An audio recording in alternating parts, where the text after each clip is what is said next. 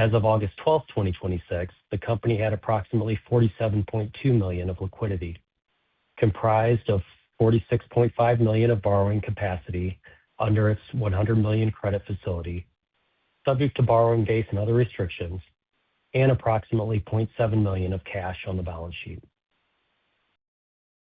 During the quarter, the company filed a shelf registration statement with the SEC to allow the company to issue up to $500 million in securities, including debt securities, to increase our available liquidity beyond the credit facility and create additional financial flexibility. We are working through the process for the shelf registration statement to become effective. Turning now to the financial highlights for the second quarter.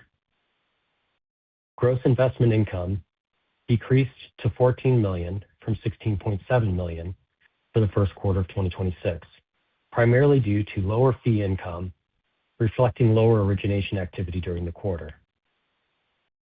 Total expenses for the quarter were $6.3 million, compared to $6.7 million in the first quarter of 2026. This decrease was driven by lower income-based incentive fees. Net investment income for the quarter was $7.7 million, or 34 cents per share, down from $10 million, or 44 cents per share in the first quarter of 2026. The decrease was driven in part by the decrease in portfolio size, less fee income from origination activities, and partially offset by lower income-based incentive fees. In our investment portfolio, we recorded a net unrealized loss this quarter of $1.6 million, which was driven primarily by a reversal of prior period unrealized gains for loans that paid off at par during the quarter. Net assets at June 30th, 2026 were $302.5 million. Net asset value per share was $13.26, compared to $13.33 in the first quarter of 2026. At quarter end, there were 22.8 million common shares issued and outstanding on a basic and fully diluted basis.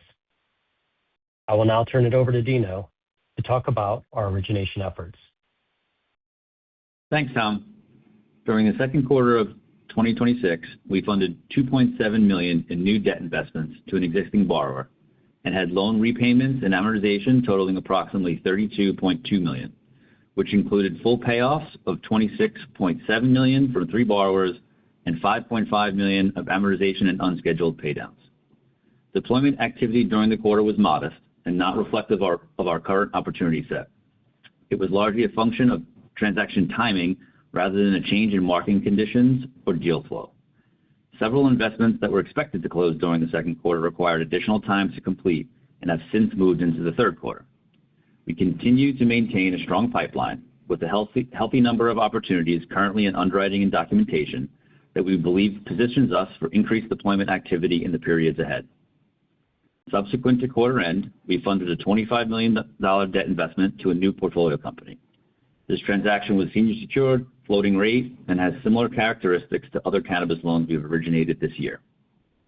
The pipeline across the Chicago Atlantic platform as of quarter end, which includes cannabis and non-cannabis opportunities, was just shy of $1.1 billion in potential debt transactions. The breakdown of the opportunity set includes approximately $649 million in cannabis opportunities and approximately $440 million in non-cannabis opportunities. Both origination pipelines expanded meaningfully since last quarter as companies continue to look past broader macro uncertainty and engage in strategic activity. This activity we've continued to see throughout the summer months. Credit quality across the portfolio also remains strong and continues to reflect the benefits of our disciplined underwriting and structuring standards.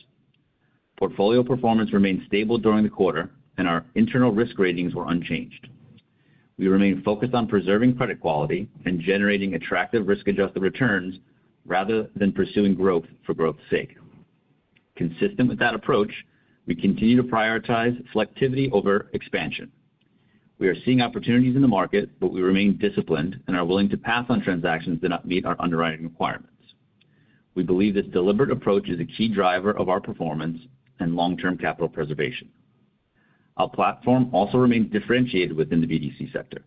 We continue to source the vast majority of our new investments directly and maintain minimal reliance on syndicated transactions, which allows us to retain greater control over structure, pricing, covenant protections, and overall risk management. Combined with our focus on the cannabis sector and underserved lower middle market borrowers, we believe this sourcing advantage continues to position us favorably.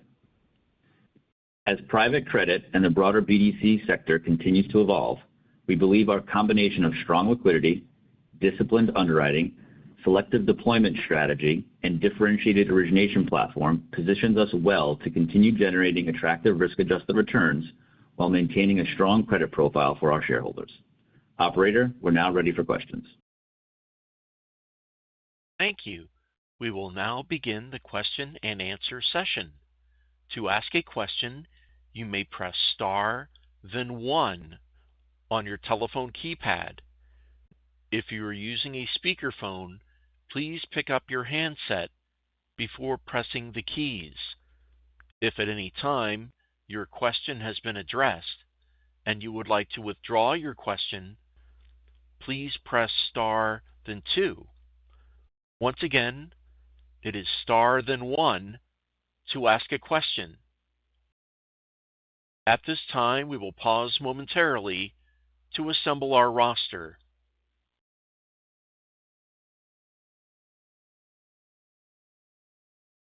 The first question comes from Pablo Zuanic with Zuanic & Associates. Please go ahead. Thank you, and good morning, everyone. Peter, just talking about the merger, I've been reading about other mergers in the BDC and mortgage REIT space that can take as long as a year or even longer. And in your case, since June, you've guided for 4Q, and you're still guiding for that, obviously, right? So whatever it is that, 4 to 6 months, it sounds like it's much faster than the typical time that it takes for these transactions to close. But maybe you can give more color on that and remind us, are there state-level approvals? Is it just federal? Is it just a stock exchange? I mean, what are the many parties involved in getting this approved on the regulatory side, besides, of course, shareholders? Thank you. Sure.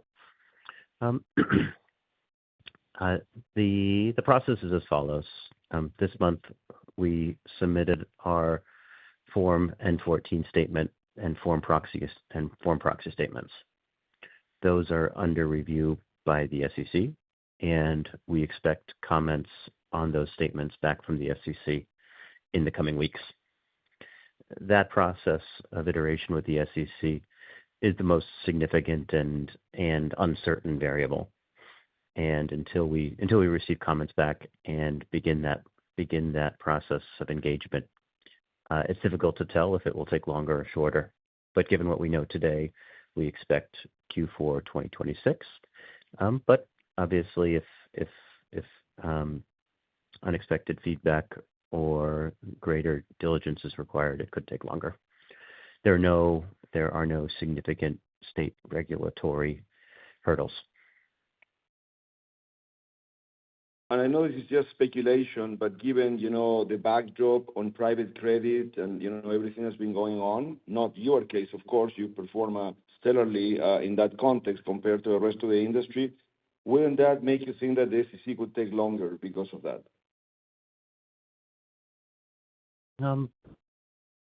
We don't have reason. We don't have any specific reasons to believe why the SEC will take why it would take longer. That's good. Thank you. Just moving on, maybe you can talk about, how investor interest in your sector, specifically Chicago Atlantic, is changing. We know, as you said, there's more NYSE-listed cannabis companies. We have all these reform potentially coming up. Supposedly, we heard in the Relief conference call that they've had more outreach and more contact with institutional investors. Is that something that you're seeing on your side also, given that you're in cannabis lending, or not really, not yet, if you can expand on that? And by the same token, perhaps you can just remind us of all the outreach that you do in terms of attending conferences and events on the financing side, right? Targeting the BDC and the mortgage reach audience out there. So it's a two-part question. Thank you. I think the biggest reason, there has been different types of conversations being had by virtue of federal regulatory changes, by virtue of rescheduling, by virtue of a broader ecosystem of investors being interested in cannabis equities generally. All of that is supportive to the narrative and supportive to our ability to engage interest in investors. Even more important in our case is the opportunities afforded by the merger. That a limited size of book equity and limited size market cap is a significant deterrent for larger investors to invest in our capital stack, simply because liquidity is more limited and you reach a significant holdings much more quickly as a proportion of the total market cap when you're investing in a much smaller market cap business.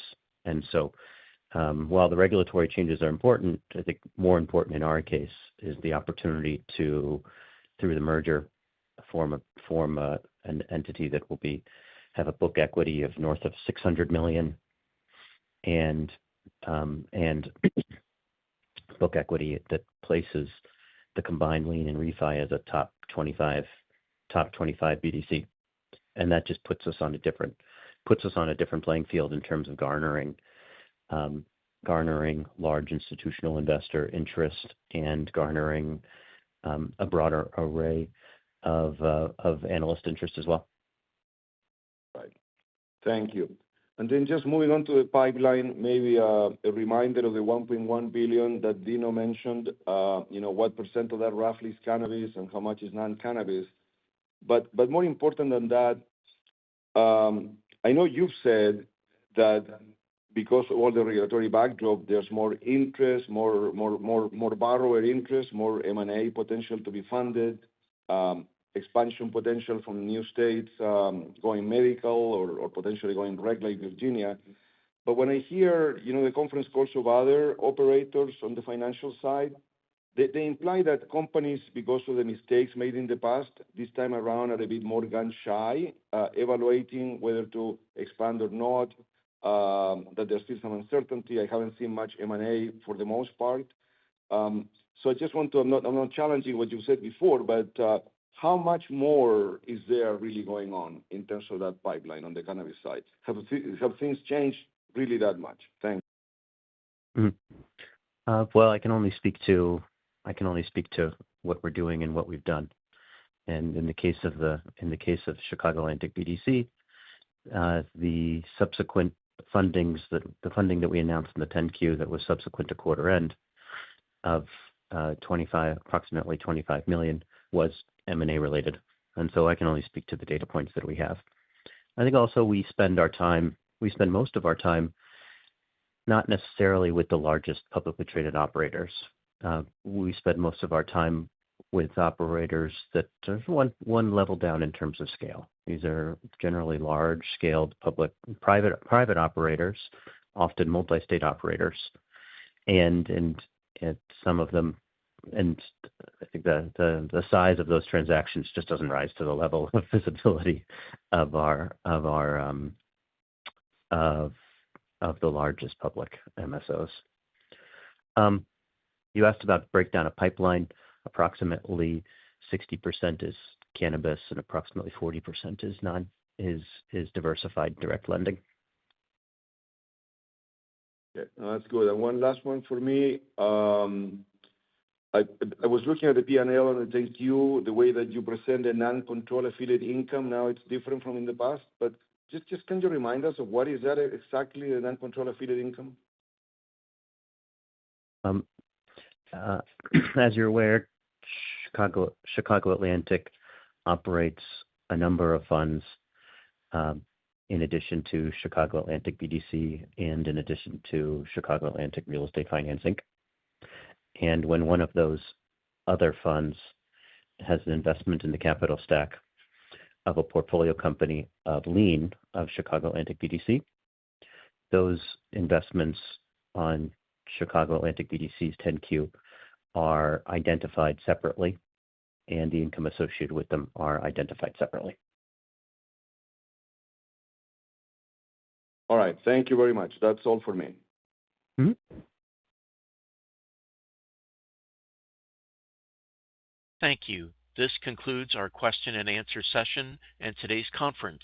Thank you for attending today's presentation. You may now disconnect.